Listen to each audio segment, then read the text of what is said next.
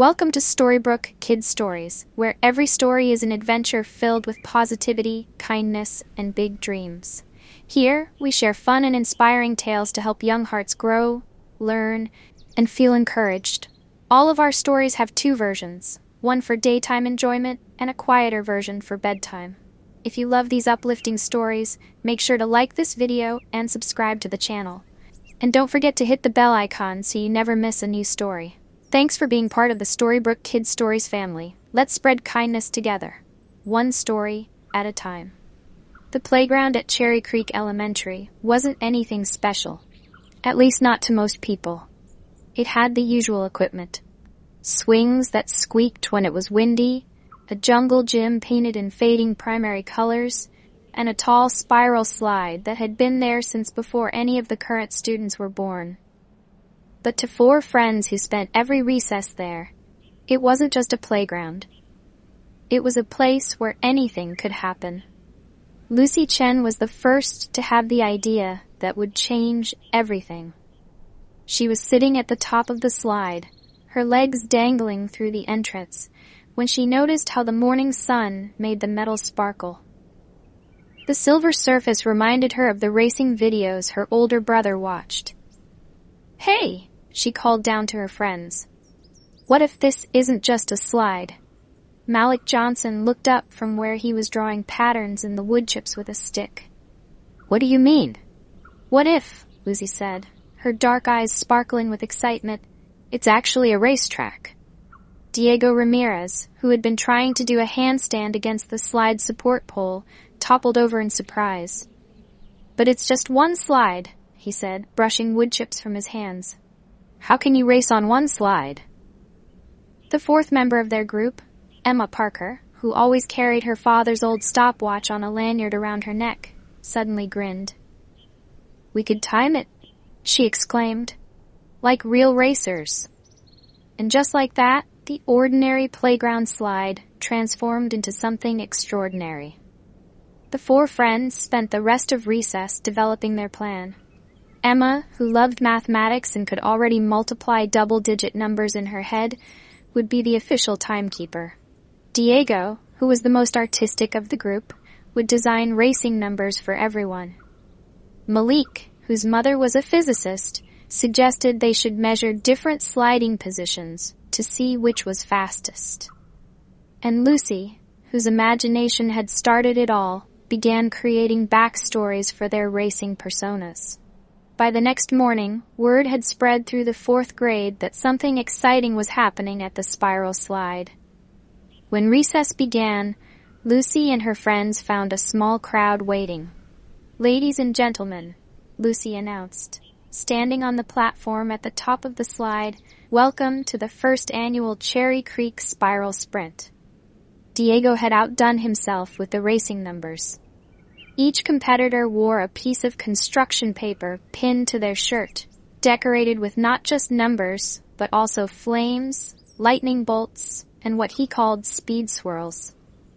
Emma had her stopwatch ready, and Malik had used chalk to draw a starting line at the top of the slide and a finish line in the wood chips below. Racers will be timed from the moment they cross the starting line until they cross the finish line, Emma explained, her voice serious despite her excitement.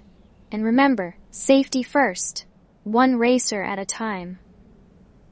The races began, and soon the playground was filled with cheers and laughter.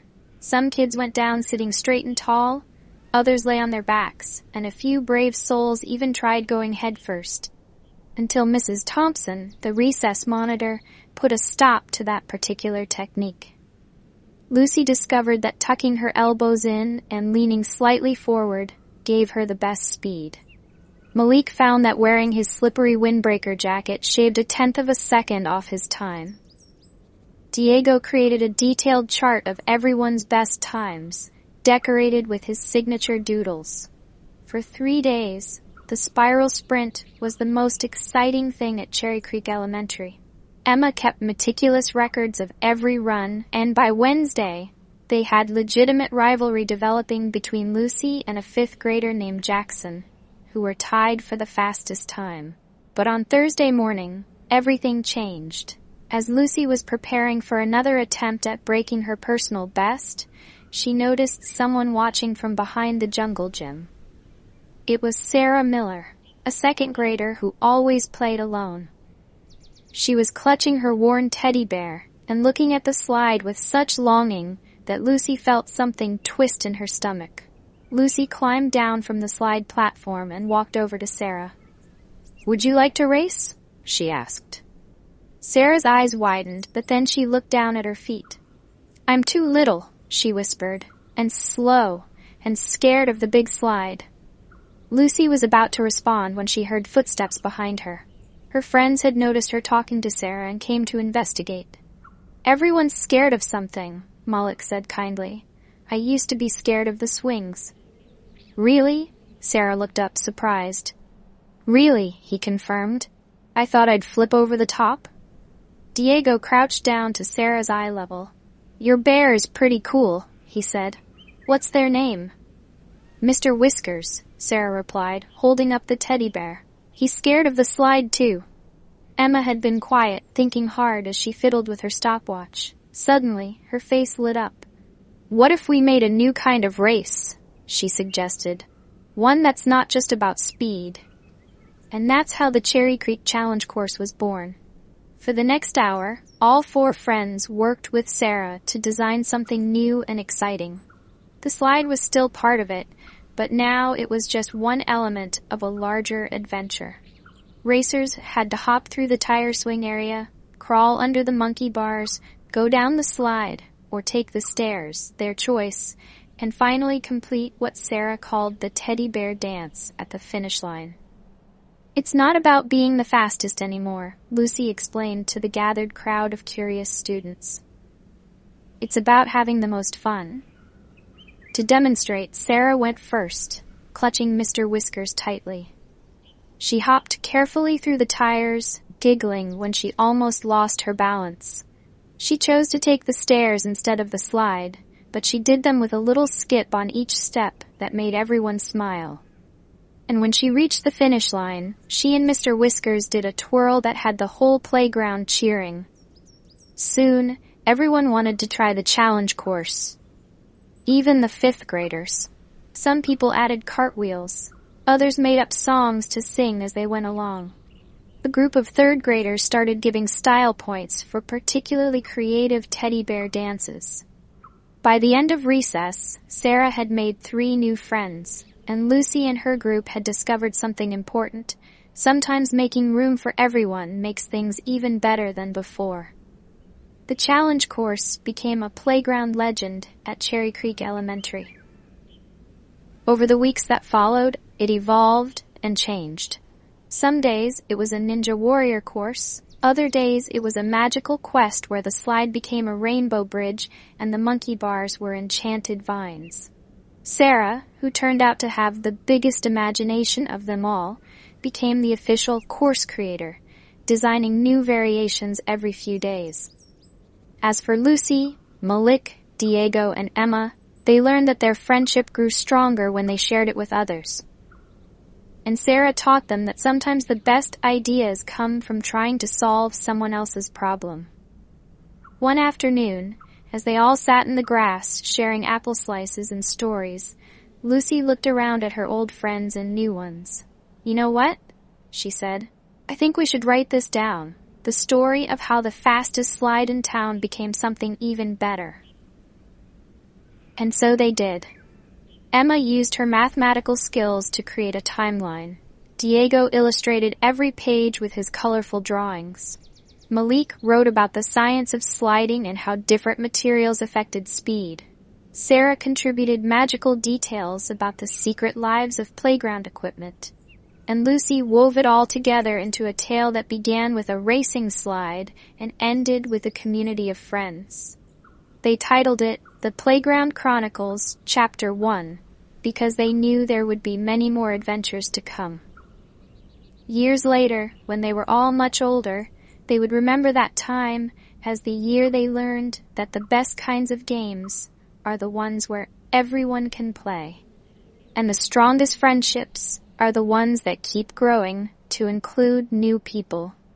And sometimes, On quiet afternoons, if you visit the playground at Cherry Creek Elementary, you might still see children doing the teddy bear dance at the bottom of the old spiral slide, carrying on a tradition they don't even know began with a lonely second grader and her stuffed bear.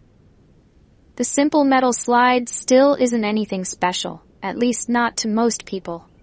But to those who know its story, it's a reminder that with enough imagination and kindness, ordinary places can become extraordinary, and no one ever has to play alone. When a week of spring rain kept everyone inside for recess, the friends faced a new challenge. The school gymnasium became their new playground, but it wasn't the same. Some kids sat against the walls, bored and restless. Others ran around aimlessly, bumping into each other. "We need to do something," Lucy said, watching the chaos from their spot near the basketball hoops. "Remember how Sarah helped us make the playground better? Maybe we can do the same thing in here." Sarah, who had become a permanent member of their group, hugged Mr. Whiskers closer. "But how? We can't make a challenge course inside." Emma's stopwatch swung from its lanyard as she stood up excitedly. "Maybe we don't need a course. Maybe we need a story." And so began the great gymnasium adventure. Using their imagination and whatever equipment the gym teacher, Mr. Rodriguez, allowed them to use, they transformed the gymnasium into different worlds each day. On Monday, it became an ocean. The scooter boards became submarines, and blue gymnastics mats became islands. Different corners of the gym became different marine habitats, with Diego drawing sea creatures on large pieces of paper to mark each area. Tuesday, the gym transformed into a space station. Jump ropes became zero-gravity tethers, and hula hoops became teleportation portals. Malik used his science knowledge to add realistic details about space travel, and soon everyone was speaking in their best astronaut voices. By Wednesday, word had spread to other classes, and even some of the teachers were getting involved. Mrs. Thompson helped them create a medieval castle using gym mats and basketball hoops, with Sarah organizing a royal court where everyone had a special role. Thursday brought a dinosaur expedition, complete with fossil digs in the equipment room, carefully supervised by Mr. Rodriguez, and jungle paths marked out with rope on the floor.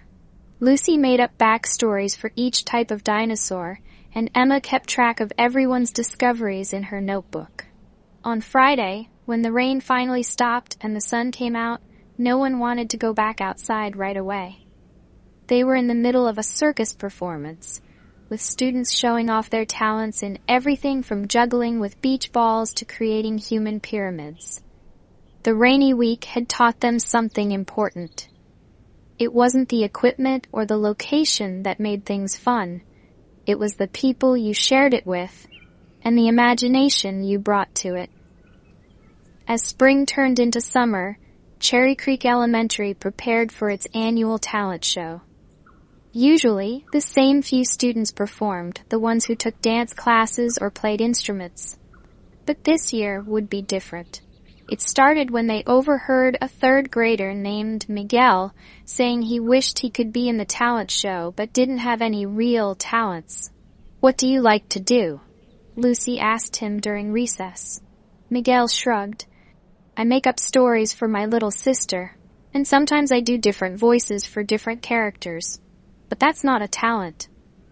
"Yes, it is," Sarah exclaimed. "That's exactly what we do with our playground games." And just like that, a new idea was born. Lucy, Malik, Diego, Emma, and Sarah worked with Miguel to create a performance that would combine everyone's unique abilities. They called it the Playground Players Present, a day in the life of Cherry Creek Elementary. What made it special was that anyone could join. Those who were shy could help with the behind-the-scenes preparation. Diego taught other students how to make simple but effective props from cardboard and paint. Emma organized rehearsal schedules and kept track of everyone's parts. Malik figured out how to use the gym equipment to create different sets. Sarah and Miguel collaborated on the story, filling it with magical elements and humor. The performance itself was unlike anything the school had seen before. It included elements of their playground games, their gymnasium adventures, and new ideas contributed by students from every grade. Even Mr. Whiskers had a cameo appearance. The audience of parents and teachers was amazed by how many students participated and how each person's unique talents added something special to the show. The principal, Dr. Martinez, was so impressed that she suggested making collaborative performances a regular part of school events. As the school year drew to a close, the friends faced a new challenge: summer vacation. For the first time since creating their playground community, they would be separated for 2 whole months. "But how will we keep playing together?" Sarah worried during their last recess. "We'll find a way," Lucy assured her. "We always do." And they did. Emma created a schedule of meetups at the local park. Diego designed a special notebook that they passed between houses, adding stories and drawings about their summer adventures. Malik started a weekly science club in his garage, where neighborhood kids could do experiments and learn about the world around them. Sarah organized teddy bear picnics that brought together younger and older kids from all over the neighborhood. They discovered that their playground games could adapt to any setting. The park became a new frontier for the challenge course. The community pool hosted underwater expeditions. Even the library's summer reading program became more exciting when they applied their imagination to it. More importantly, they stayed connected. New friends joined their circle, bringing new ideas and perspectives. They learned that true friendship isn't limited by location or circumstance. It grows and changes, but remains strong. When September arrived and they returned to Cherry Creek Elementary as 5th graders, Lucy, Malik, Diego, and Emma worried things might be different. They were the oldest students now. Would they still want to play the same games? Would Sarah, now in 3rd grade, still want to hang out with them? They needn't have worried. The playground had changed over the summer.